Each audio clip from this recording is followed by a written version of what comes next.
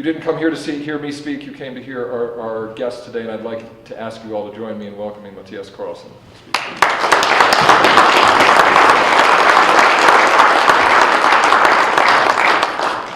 Thank you very much, ladies and gentlemen. Can I be heard? Yes. Great. I want to start by giving a warm thank you. Turn the mic a little bit. To raise it up. Should I just hold it? Yeah, I want to give a warm thank you to Steamboat Institute for giving me the chance to come here tonight and talk to you. And a warm thank you to all for showing up and listening to me. Is there a problem with the sounds? Usually there is.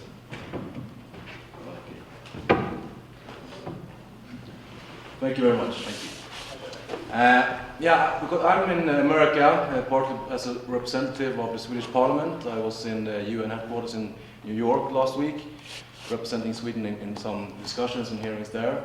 But I'm also here because I believe that there is will be a mutual benefit for conservatives, both in America and in Europe, and especially for parties like mine, to cooperate more closely. And I will talk about that topic tonight, the reasons why I think that it's important that we form closer cooperations across the Atlantic between conservatives. But I would like to start actually in another end. I would like to start with the quotation from my favorite conservative philosopher, Sir Roger Scruton from Britain. And he writes in his book, The Meaning of Conservatism, that, quote, "Conservatism must out of necessity take many forms. Solon, when asked what is the best form of government, answered, for whom and at what time.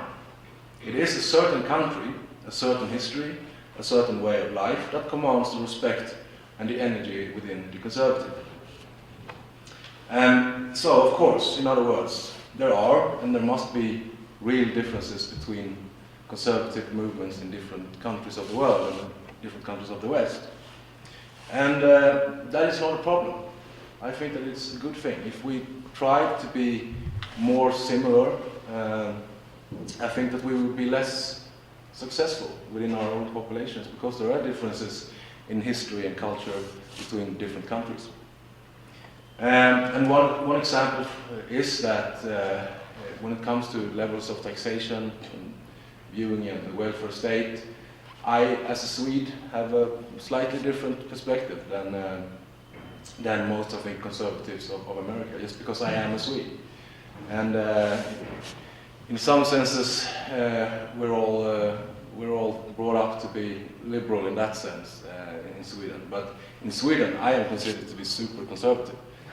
So everything is relative, but it is a difference there, and I don't think that's a problem. I have no intention of meddling with the economical affairs of the US, and I'm guessing that you're quite content with not meddling with the Swedish taxation levels either. It doesn't really matter. I think that but we have other issues and questions to cooperate about. And one of the reasons that I see for focusing on more cooperation at this point of time in history is that we are seeing a seismic shift in the political landscape of Europe. There's something really dramatic going on and happening in Europe at the moment. And I see some parallels also to the US in that. What we're seeing is that the main line of political conflict is moving away in many ways from material issues like, for example, taxation. And other issues are becoming more and more important. Issues like border security, migration, identity, and culture. And that is at the center of the debate in Europe, in almost all the countries now, and also in my country.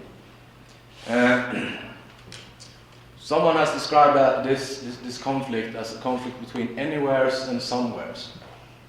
And the anywheres are the people on the left who doesn't really feel that they belong anywhere. The natural culture, the identity, the history, the traditions, and the special social structure of the country is not really important to them. They believe in multiculturalism, in globalism, in open borders, and everything that comes with that. And of course, the somewheres are on the opposite side. For them, they want to feel like they have a home. They don't want that home to change too rapidly. They think it's important to preserve what has been good with their home and the history and tradition of that home. And that's where the big political conflict in Europe are today. And what we're seeing is that we have a merging between different conservative groups. A group that I would call liberal conservative, the traditional establishment conservatism, as Ben mentioned, and the new national conservative parties like mine. In country after country in Europe, we see a new coalition between these two conservative movements. And the old conservative, establishment conservative movement has been on decline. But because of the cooperation with parties like mine, and my sister parties in different European countries, we can now see that conservatives are coming to power, forming governments in many, many countries in Europe. So the political map is completely changing. 10 years ago, a vast majority of the countries in Europe were run by socialists, and now a vast majority are run by conservatives, because there has been a new political movement rising, the national conservatives, like my party, and they have gone into alliance with the old conservatives. And that is really important to know. And I know that the conservative movement of America and the Republican Party has for many, many decades have had a really close cooperation with the old conservative parties, the establishment conservative parties. But for different reasons, there have been pretty little contact between the new national conservatives and the conservative movement in America. It seems like Steamboat Institute is maybe an exception to that. I heard that you had Nigel Farage, for example, who is definitely a part of this new national conservative movement and a man that we cooperated with also in the European Union. But I think that it's important for Americans to know what is happening now in Europe, and to also be a part of that development and keep a track of on what's going on. What we're seeing, for example, is that in Finland, in Norway, in Denmark, in Greece, in Austria, in Switzerland, many of the Baltic states, the governments now consist of national conservatives and traditional conservatives. We see that in countries as Hungary, Italy and Poland are now run by national conservatives. We are seeing that the main opposition parties at the moment in big countries like France, the Netherlands and other countries are national conservatives. And we can also see that the traditional conservative parties are changing towards a more national conservative stance or position, making the movement more in line with itself. So basically we are getting a new form of conservatism with two different branches, and that is a really good thing. We have seen the same thing happening in Sweden. Swedish politics used to be really boring and really predictable up until quite recently. Basically it was the socialists and against the moderates, the traditional conservatives. They were fighting about whether taxes should be 2% higher or 2% lower, and the socialists always won who got 2% higher taxes, unfortunately. But at the moment, things have become more dramatic. We used to solve forming a new government that used to take like 2 or 3 days or maybe a week, and after the last election now, we didn't have a government for more than 6 months. And the reason for that is the new political conflict, and that it cuts through the old alliances of Sweden. So the parties who used to cooperate on the right, they are now split in this conflict of anywheres or somewheres. The Christian Democratic Party of Sweden and the Moderate Party are definitely somewheres, and so are we, of course. But the Center Party and the Liberal Party are definitely anywheres. So they preferred eventually to go into coalition with the Socialists and the Greens and the former Communists. Actually, the leader of the Center Party said a few years back that she promised that she would never sell her votes to the socialists, and if she did, she said she would eat her right shoe. So now people have been sending tens of thousands of shoes to her offices.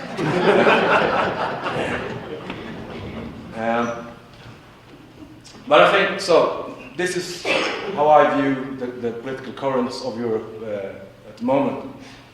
But there are also reasons for conservatives, rational reasons I think, for conservatives here to cooperate and more closely view what is happening in Europe. I think it's really important for conservatives in America to keep in touch with the development in Europe, to be informed, but also to be an actor, a partner in this development that is happening, for a chance to influence what is going on in Europe. And I think that is especially important maybe now at this time, when we see a merging of a more multipolar world, where Russia and China are becoming more aggressive. Then I think that it's more important than ever that America is on stage in Europe, and that keeping track with what's happening and have strong coalition partners in Europe to try to counter that. I also believe that America has an interest in the migration policies of Europe. Maybe that sounds a little bit weird, but migration policy is at the center of this conflict between anywheres and somewheres in Europe. And it has also an impact on America, or could have at least. What we're seeing is that the migration flows to Europe and countries like mine, no other country in the Western world has received as many asylum seekers per capita as my country. That is really changing the demographic of our countries. And with changing demographic also comes a change in attitude and a change in culture.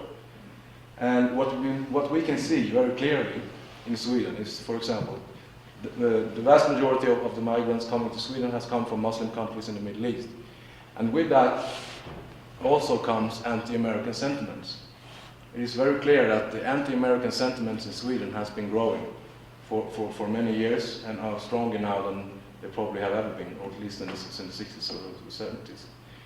And that is a direct result of mass migration. And that is also happening, the same things are also happening in other European countries. And if this development continues, that could pose a real threat to the American-European relationship in the future. And it's something that Americans, I think, need to be aware of and keep track of. And the same goes to an even larger extent for Israel. And I know that many conservatives in America have strong feelings for Israel. What we're seeing in my country and in many other European countries as a result of mass migration from the Middle East is unfortunately a strong increase in anti-Semitism and also very, very strong negative sentiments towards Israel. And for Israel, that could be existential threat. Israel is a small country surrounded by enemies, and they are very dependent on allies in the West. And as the Islamist vote in my country and other countries becomes more and more important, politicians are going to start to listen to it more. I saw that, as Ben mentioned, I was working in Malmö for many years at City Hall there. And as the Islamist population grew in Malmö, we also saw how they changed the policies from the local government. Now we have a situation in Malmö, the third largest city in Sweden, where Israel is not allowed to even use sports. They're not allowed to play tennis or play handball or anything else by the local government because they want to appease the Islamist votes. And with that development on a national scale, it is a problem. And Sweden, the socialists of Sweden has gone into a coalition with Islamist forces, unfortunately, to try to secure that growing vote. And as you might know, that led to Sweden acknowledging the state of Palestine against the will of Israel and against the security interest of Israel. Unilaterally, we did that, leading to the fact that Sweden and Israel now has the worst relations we have had in decades or maybe centuries. not centuries, of course, but several decades. But what we're also seeing is that, as I said, the old allies of the conservative movement in America are declining. They cannot secure power on their own anymore. And if they don't have allies like the national conservatives, like us, then the socialists will come back into power in almost all the European countries. So, therefore, I think it's very important to form strong corporations and start to exchange information across the Atlantic. Another reason, I think, for stronger cooperation between conservatives in America and Europe is that I'm seeing a movement to the left in the politics that seems to show that the left are becoming more and more alike in Europe and in America. We're seeing identity policy left. That is, they have pretty much the same narrative, pretty much the same issues in Europe as in America, and they are attacking conservatives with pretty much the same arguments and using the same narratives, both in Europe and in America. And I think it's very important that we exchange best practices, that we prepare ourselves and try to cooperate around surrounding, protecting ourselves from the aggressions of the new left.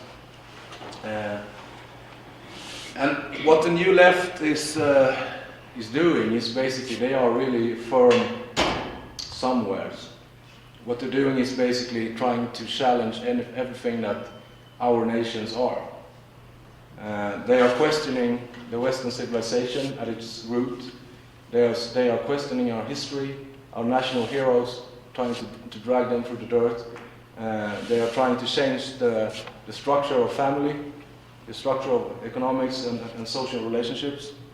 I would say that in essence, this is another form of communism that we see. Communism was defeated on an economical level.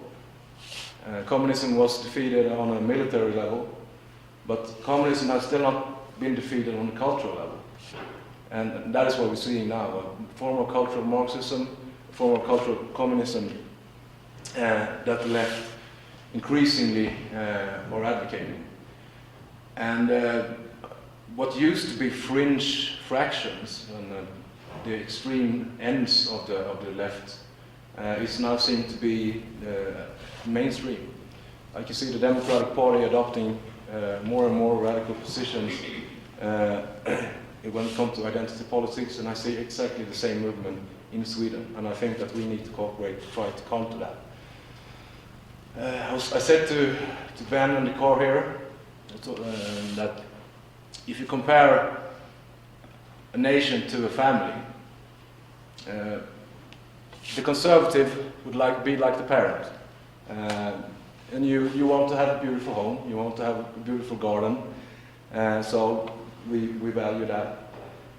We want to have rules, of course, if we have kids, so the house is in order and everybody get along and we have a good structure for communicating with each other. Of course, we value our older relatives and the history of the family. That is natural. And so forth. And in this family, the left would be like the rebellious teenage daughter with green hair and who has an Islamist boyfriend and who's just protesting, shouting, slamming doors and destroying things. Because what is really their alternative? They are challenging family, they are challenging our country's history and social cohesion, our sovereignty. What do they want to put in instead? It's not clear. They just want to destroy and tear things down, but what do they want to build? No, they have no more constructive idea than a rebellious teenager, and I think that is very dangerous.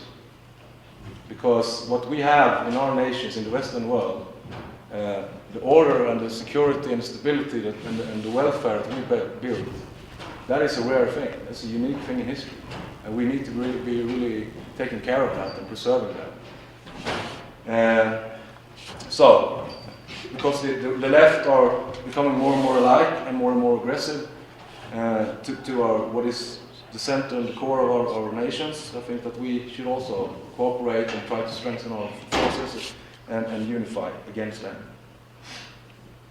I also think my last point is that there are very deeply rational, ideological, philosophical arguments for a strong cooperation with between national conservatives and traditional conservatives in America. We may differ, as I said, in some ways when it comes to taxation between different countries and so forth. But the new national conservative movement are genuinely conservative, even if we are called all kind of different names and get all kind of different labels. We are in our essence, and I think that is very important for the conservative movement, anti-utopian. We don't believe in the possibility of creating the perfect society or paradise on earth.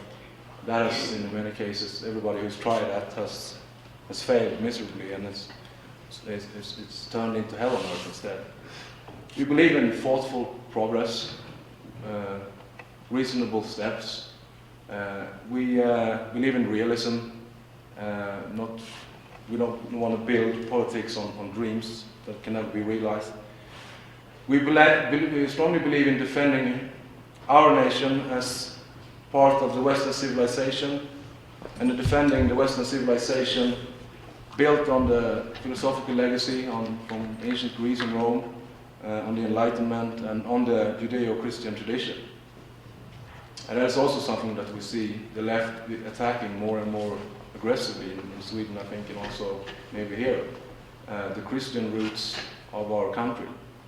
In Sweden, for example, there's been a heated debate for many years now that the kids, when they end the semester in school, they have always, for 500 years or more, gone to church and been singing hymns.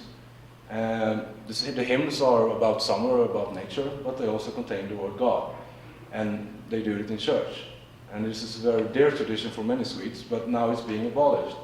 In town after town, city after city, are abolishing this because it could be offensive to Muslims, basically. And because the left don't want Christianity to be mentioned, don't want God to be mentioned, and don't want the Christian traditions to have any place in the public sphere. And my response to that is to anyone who wants to remove all signs of Christianity from the public sphere is also removing our culture. To take away the Christian elements from the Swedish culture, we have been a Christian nation for 1,000 years. That is like trying to pick the eggs out of the cake after you bake it. They're so intertwined. Even our flag, it consists of a Christian cross.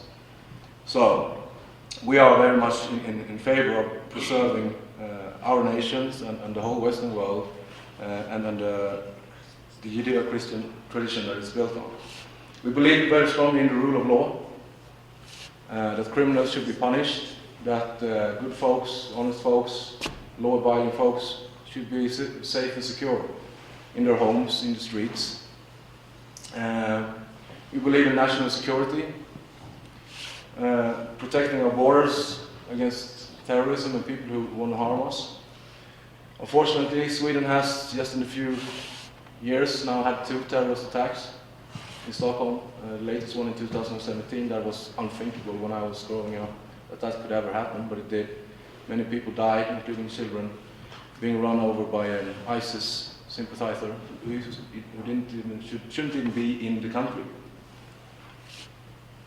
And that is another factor, I think, that since Sweden and America we have a strong bonds between us, and I know that America is not screening people like me coming to visit as hard as they do many countries from the Middle East, for example. But if we don't take care of our border security, if we are letting in ISIS terrorists in Sweden, then it would be easier for them also to travel further and to go to America and to maybe commit the terrorist acts here. So in that sense, I think that the conservatives in America also have an interest in that Sweden get their act together and become more responsible when it comes to keeping bad guys out. As I said when I was talking about the house, and you want to have a beautiful garden and a beautiful beautiful house. I think that a very important part of conservative philosophy is the preservation of beauty and tradition in art and architecture. That is also something you see when socialists get a chance to build houses or to make art, it doesn't really become beautiful. That is the angry teenager again. I know if you have seen some really weird examples of modern art in the museums. In Sweden we had how many, I don't know how many cases of really weird things.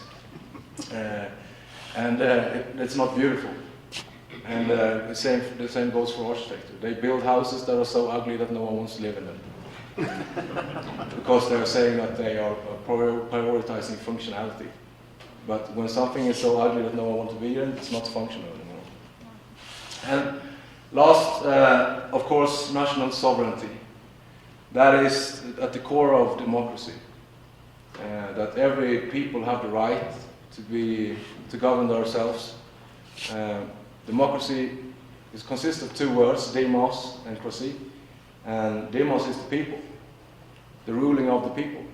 And if you don't have national sovereignty, then you're governed by someone else. And someone else is another people. And that is what's happening to us now in the European Union, unfortunately.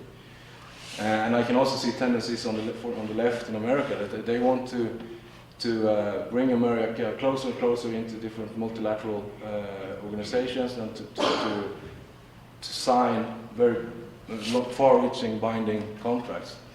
And I would advise to try to preserve your national sovereignty as much as you can, but at the same time cooperating voluntarily when it's beneficial to both parties. And of course, as I said, preservation of national identity and tradition. And I think that we can agree on most of these things, and that they are exciting areas to try to cooperate more closely around. And with that, I stop, and I hope that you have some questions for me. Well, I hope that I could also make my understanding. I really apologize for my bad English. It's nothing I do on a daily basis. Thank you very much.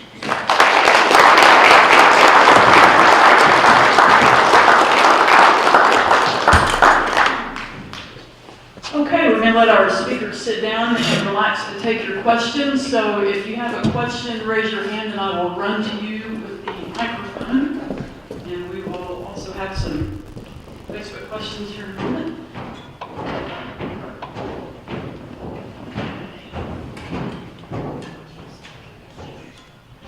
Thanks for coming. Hey, it seems that the National Conservatives, and you say, if it's true when you say that it's kind of growing as a movement across Europe, would be at odds with the European Union and the European Union's goals. How strong is the European Union across Europe? And is the strength of the European Union crumbling? Is it getting weaker? And are they to blame for the problems you're seeing in Europe, or in Sweden? Can I be heard in this? Yeah, go ahead. Yeah, good. I think that the European Union is becoming weaker, but it depends also what you mean with the European Union. Cooperation in Europe is very strong and will continue to be strong. The European nations want to cooperate surrounding trade, for example. We think it's a really good idea that our kids can go to other European countries and study at universities and so forth. All these kind of things, environmental problems and fighting organized crime, all of that. But I think that more and more people in Europe are becoming fed up with the bureaucrats in Brussels making decisions about the head of ordinary people, and they can't even vote in a way. I think that is also a problem, democratic problem with the European Union. Many of the decisions are made by the Commission, and no one really voted for them. They are not elected by the people, but they have a large amount of power, and that's very problematic. I think that the structures of the European Union are going to have to change. Otherwise, the Union will collapse, I think. But to go back to what it was, voluntarily cooperation between free sovereign nation states that cooperates around economics and trade. Again, thank you for coming and for a wonderful talk, which I think probably inspired a lot of thoughts in this audience. You mentioned in your talk narratives. And one of the narratives that you see here in the United States, mostly in the what one would call the mainstream media and amongst their supporters politically, is that the center-right parties that are moving, whether they're becoming the dominant parties in particular countries, Hungary, Poland, others, or emerging as a more vibrant voice, that the narrative that goes along with that is authoritarian. I wonder if you could speak to how the parties and the growing movement and the people are addressing that question. Is it a big concern in Europe?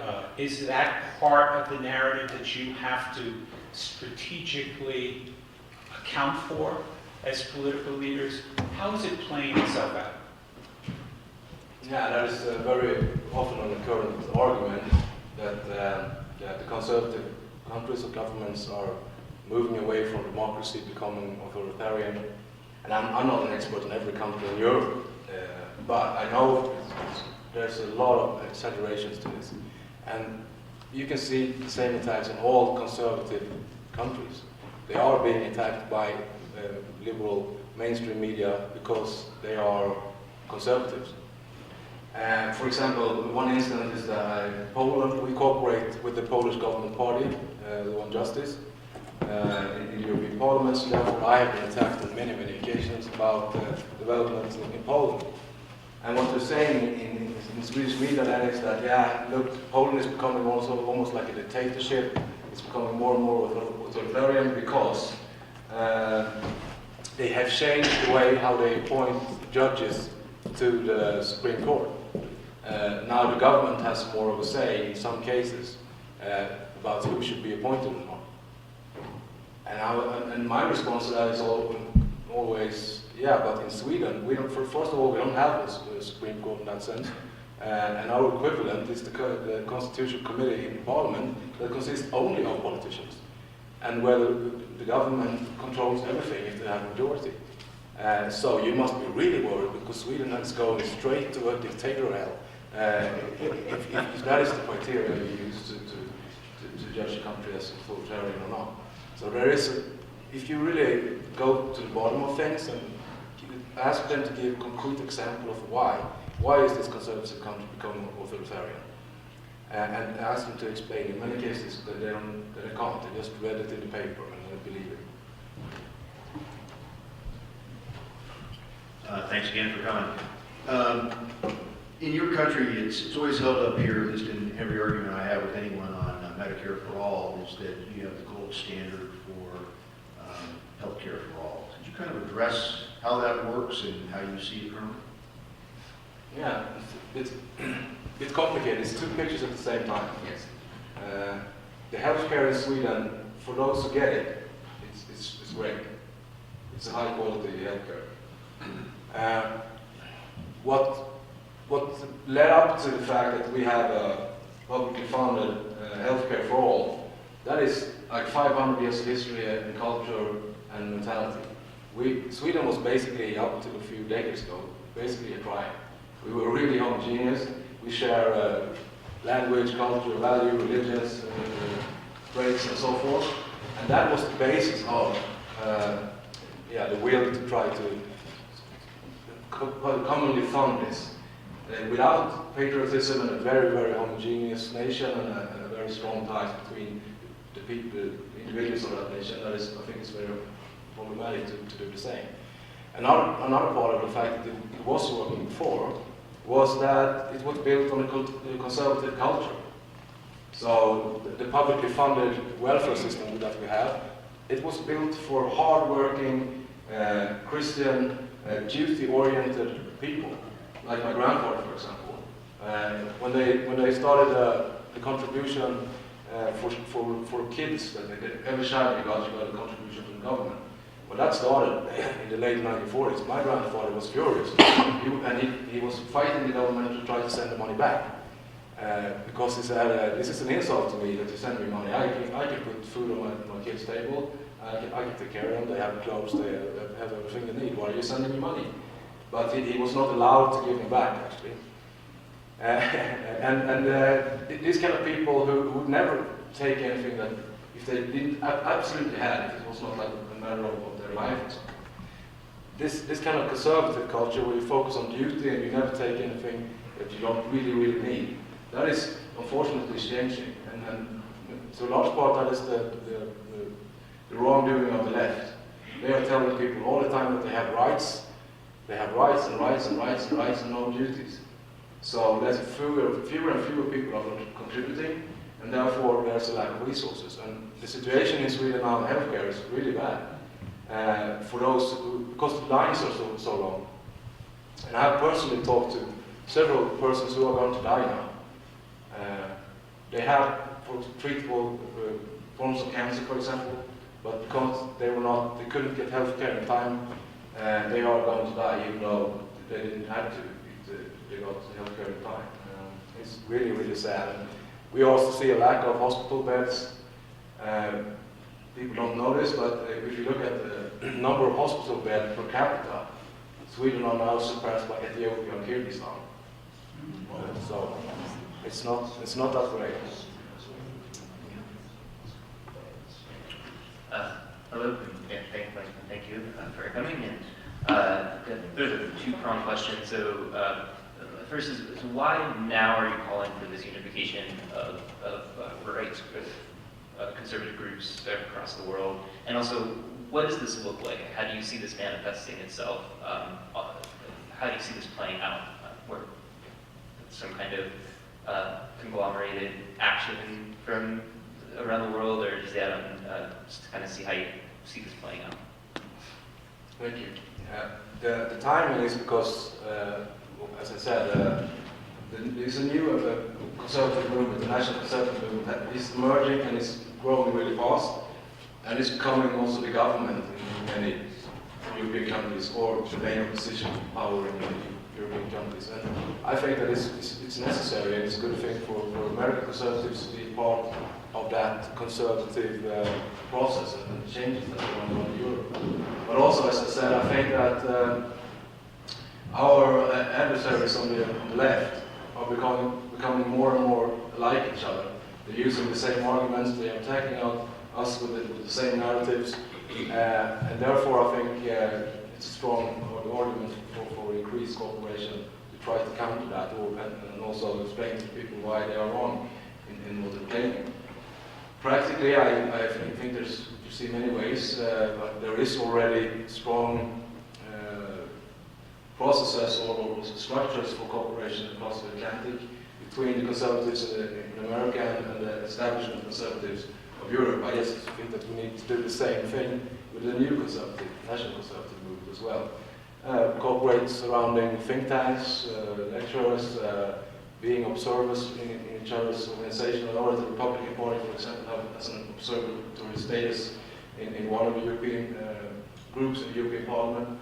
That we try to exchange best practices, that we try to help each other build alternative conservative media, because our problem is in Europe is even worse than it has been here in America, with a very strongly socialist dominated mainstream media. So that is a few examples of cooperation. First of all, thank you again for coming. It's a great talk. You've been talking about Europe. I'd like to get your impressions of us. What do you think of Trump? That's a tricky question.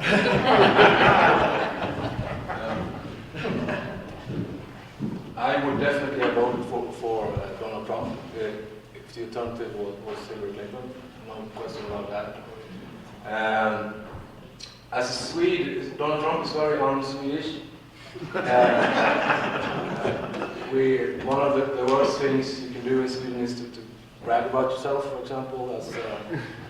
When I came into Parliament, and I was fighting to get into Parliament for 12 years, the first thing my mom said was not congratulations. It was don't believe that you're better than someone else now just because you become a member of parliament. And that is kind of maybe not really Donald kind of philosophy. So in that sense, but I think that some of the policies that he's been advocating has been constructive. It seems like it's going well for America financially. I've seen that the black community is doing better than they have in many, many decades. So obviously he's doing something right. I was deeply impressed by how the American president managed to get a peace process started in North Korea. That is very important, of course. So some good things, but I've also been worried about others. I completely understand, for example, that the US is annoyed with the fact that they have to pay such a large percentage of the military cost for NATO, and that many countries in Europe doesn't pay their share. And I think it was completely reasonable for the president to try to put pressure on European countries to pay more. But the way Donald Trump did that was he said that if, for example, the Baltic countries do not pay up quickly, they cannot count on the support of America in case of a Russian attack. And that is quite far-reaching, and that puts Sweden also in a dangerous position, because if Putin had acted on that signal that now the Baltics are up for grabs, then we would have a military conflict on our doorstep that Sweden could also be pulled into. So I was a bit annoyed with that. But, so as everybody else, I think he seems to be doing great things and some things that are less great. I have a question concerning Sweden being part of the European Union and Norway not being a part. Is there a greater division between Sweden and Norway? No, I see. Sweden and Norway are pretty close to each other, and will probably always be. We are like cousins that like each other. We tease each other sometimes when we have ski competitions and so forth. Unfortunately, the Norwegians usually win. But we have a very, very strong cooperation. I've been a member of the Nordic Council, for example, and we have for decades had you have an open border between Norway and Sweden. You don't have to show a passport when you cross the border. We cooperate in economics, in trade, in sports, in culture, and I think that we will always continue to do so, even though Norway was reasonable enough to stay out of the European Union. But they are a part of the inner market. So without that, that could have been really complicated if they were not. But they are a part of the inner market in Europe and the European Union. So trading is not affected, for example, of the fact that. But they kept their sovereignty when it comes to fishing, but that's really important to them, and their oil, of course. So it's not a great problem at the moment. Thank you for coming. Correct me if I'm wrong, but I believe that the problems of immigration in Sweden has occurred only within the last couple of decades when the wars in the Middle East started. Well, we come from a nation where Europeans stole this country from our Native Americans. So we are very much accustomed to accepting people who have been deprived, who have lived in misery or have been ostracized for religious reasons, etc. And they've come and knocked on our doors and we've accepted them. And we have become a very, very diversified nation. Prior to 15, 20 years ago, before the invasion of Iraq, everybody in Sweden was blonde, blue-eyed, and very homogeneous. I think what Sweden is now confronting is that the world is becoming small. And are we to turn our backs on people who are very needy and people who, if they don't find some peaceful land, will probably be killed because of the wars that that they are not really responsible for. So, although I agree with some of the traditions that existed in such a homogeneous country, I think you're going through growth pains because the world is smaller. We have been divided into rich nations and to impoverished nations. And if we don't have, like Christianity, or if we don't have the humanity to accept people, now I'm not saying we should accept violent people, I think that, how do you think that Sweden really is going to respond to this kind of situation? Thank you. Thank you very much. I think I think that we have an obligation to help people in need, and I think we should do so. But I don't think that helping people in need is the same thing as having mass migration to all the Western countries, especially mass migration from religious and cultural areas that is, in many cases, have a hard time fitting in with our culture and our way of life and our values. One example is that I live in the Swedish countryside, and it used to be a very traditional Swedish area, and now my son is a minority in his class as a Swede, and they just recently decided to start separating boys from girls in gym class, for example, and when they have swim classes, because the Muslim parents believe that it's sinful for boys and girls to swim together or exercise together, and that is, it's not really a nice feeling, experience that this is happening and it's changing the values of my country. But I think and I advocate that we should help people in the close perimeter of the conflict, because that is whatever we do. That is where the vast majority of the refugees are going to be, and to make life as good as possible for them, it should be our focus. As Sweden did when in the Second World War, for example, we took in hundreds of thousands of Finns. We helped tens of thousands of Finnish war children who got new families in Sweden. I think that didn't create any cultural problems or cultural clashes. And the responsibility needs to be close to where conflict are for many reasons.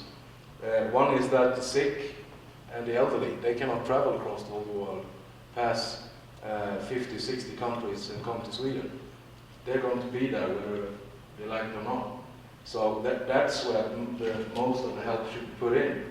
And in Sweden, the socialists they have always said that we can do both. We're going to do both. But in reality, in 2015, during the migrant crisis, it turned out we couldn't do both because there was not enough money. So what they did was that they accepted hundreds of thousands of young, healthy men who left their families, and we poured money over them. Because, for example, there were no places for them to live anymore because there were so many coming in. So we actually rented mansions and castles and put these healthy young men in them. At the same time, there was no money left for the foreign aid anymore. So the government had to reduce the help to the sick and the elderly and the children who was being left in the refugee camps by half. And people were actually dying because we did that kind of prioritization. And people were dying from starvation, for being too cold, for not having medicines to cure simple diseases. So that was a bad choice. And the fact of the matter is, for the same amount of money, you can help 100 people in Lebanon or Jordan as you can by allowing one person to come and live in Sweden and have the same standard of living as we do. It's just not an efficient way of helping people. If our goal is to help as many as possible and save as many lives as possible, we should focus help in the area of a crisis. That also makes it easier for people to return when the crisis is over.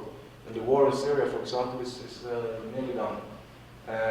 And they will need people who help rebuild the country again. And what we're seeing is if they are flying across the whole world and living in Sweden, they will not come back. they will not go back and rebuild their countries, and that will destabilize their countries. So that's how I view it, but I deeply respect your opinion. Like you see, the values that is rooted in. Thank you. Mattias, at lunch we were talking about the level of immigration into Sweden, and you were giving us some numbers about what that's like. Why don't you tell the crowd how big this immigration is?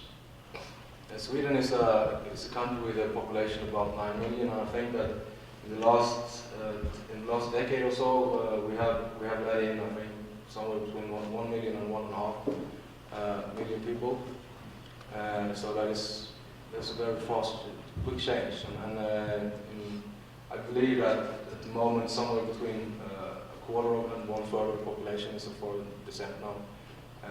And so it's gone really quick. And the biggest groups are from the Middle East and the Muslim regions of the world.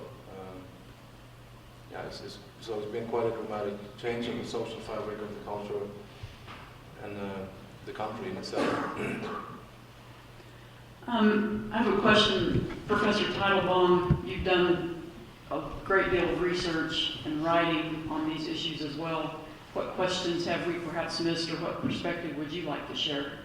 Well, I would go back. I think we heard Mattias talk about during his talk all these reasons why traditional conservatives and national conservatives should come together. I was very curious to hear Mattias think about the counter arguments to that, because of course there are places and there are people who do not think that these two groups work well together. So I'll start by leaving that open. And You want me to make counter arguments? I can make them for you, but I think you might be better yourself.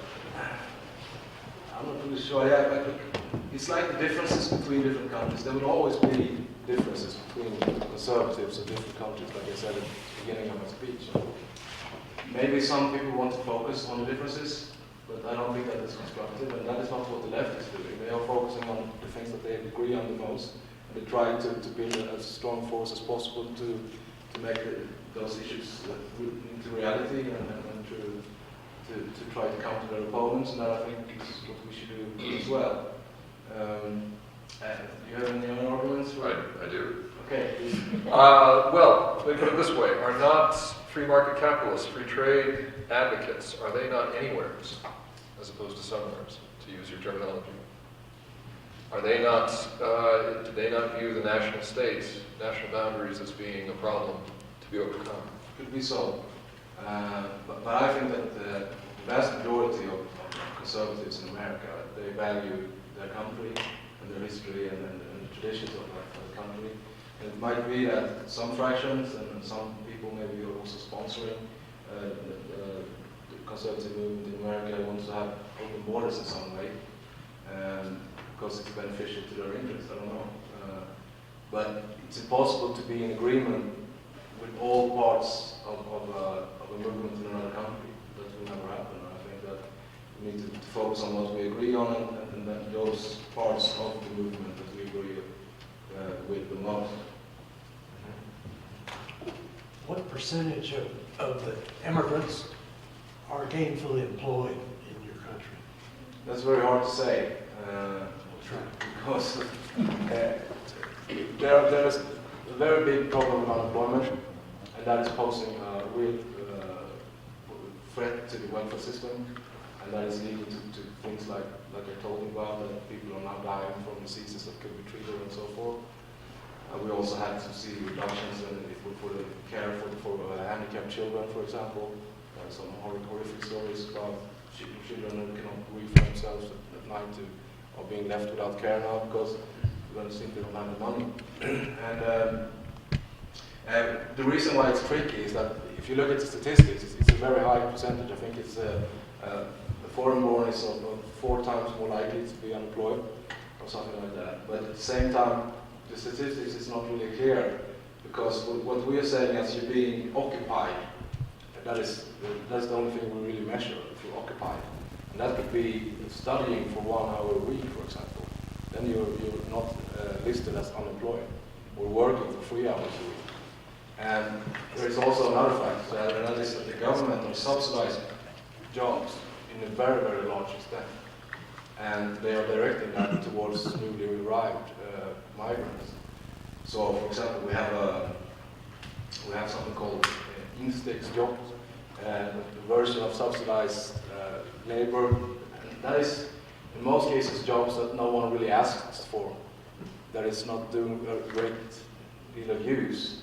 And they are being subsidized with 80% by the taxpayers and by the government. And that is not really efficient, but it looks good in statistics. It makes it the problem with unemployment within the migrant population look less serious than what it is. But it is also posing a problem because it's discriminatory. Because if an employer only needs to pay 20% of the salary for an immigrant, but 100% of the salary for an unemployed Swede, of course they're gonna choose the subsidized immigrant. And it's not the fault of the immigrants, it's just the fault of the socialist government who make these kind of laws that discriminate Swedes in their own country. Any other questions from our audience? I just want to make one comment to something that was said. Can you hand that to him quicker? I think we need to be a little careful about how we pull together the notion of free trade and anywhere or somewhere. Because along with free trade comes the very patriotic notion of, and nationalistic notion of comparative advantage. Does someone in the United States think it's a good idea to be competing for jobs that could be done for $1 an hour someplace else in the world? That's not very patriotic, and that is certainly not an anywhere point of view. So I think we need to be careful, because I think that what has happened, maybe somewhat in the era of Trump, because of how he has talked about economic nationalism, is we've forgotten about the future. And the future is for America, or any other country, to strive to do the most important and most value-added things in our economy, both for our own country and frankly for the world. Because that's why the world will want to buy from America, and we will buy the things that they do best. So I don't think it's an anywhere or somewhere paradigm that in fact goes along with the idea that you can be free trade, and I hope that as we move forward and think about these things, that we make these distinctions, because I think they are important. They are ultimately the tinder of sometimes popular political movements, but nonetheless, they shouldn't be. I mean, I would take that as a, or can I respond? Okay. I would take that, I'm taking this as a statement, and that's the way the grammar of what you said points in the direction. Certainly any time someone like Mattias or academic or professor uses broad categories like somewheres or anywheres, we're going to be betraying the chaos of real life to a certain extent, and these categories are always going to blend together. I somewhat, Steve, if you don't mind, would want to push back against the notion that there is no distinction, that there is no possibility for some irreconcilable differences here to emerge with, let's say, with multinational companies who are going to be moving across the world in ways that are motivated by their bottom line and their best interests rather than necessarily patriotism. One would hope, of course, that the United States or whatever country would try and advance its interests as a whole, let's say, in a global marketplace, but need not do that. And there's reasons, I think, that one would look at a new protectionist stance with Donald Trump as being something different in some way that has required some growing pains, some contestations, some resistance in many cases from say, former advocates of free markets speeches. So I know you weren't making an equally dogmatic position on the other side. Those are my initial thoughts when I hear you say that. To me, I'm not also sure what part of that you were referring to. That's the question. As a Swede, I'm all in favor of free trade. We're a small country. We are really depending on exports, trying to be flexible, innovative, and to be with our time. But free trade of goods and innovations is a very good thing. What I have a problem with, where there could be a potential conflict between maybe some conservatives within multinational business and more of a somewhere stance in the Swedish perspective, is the free movement of workforce, unskilled labor.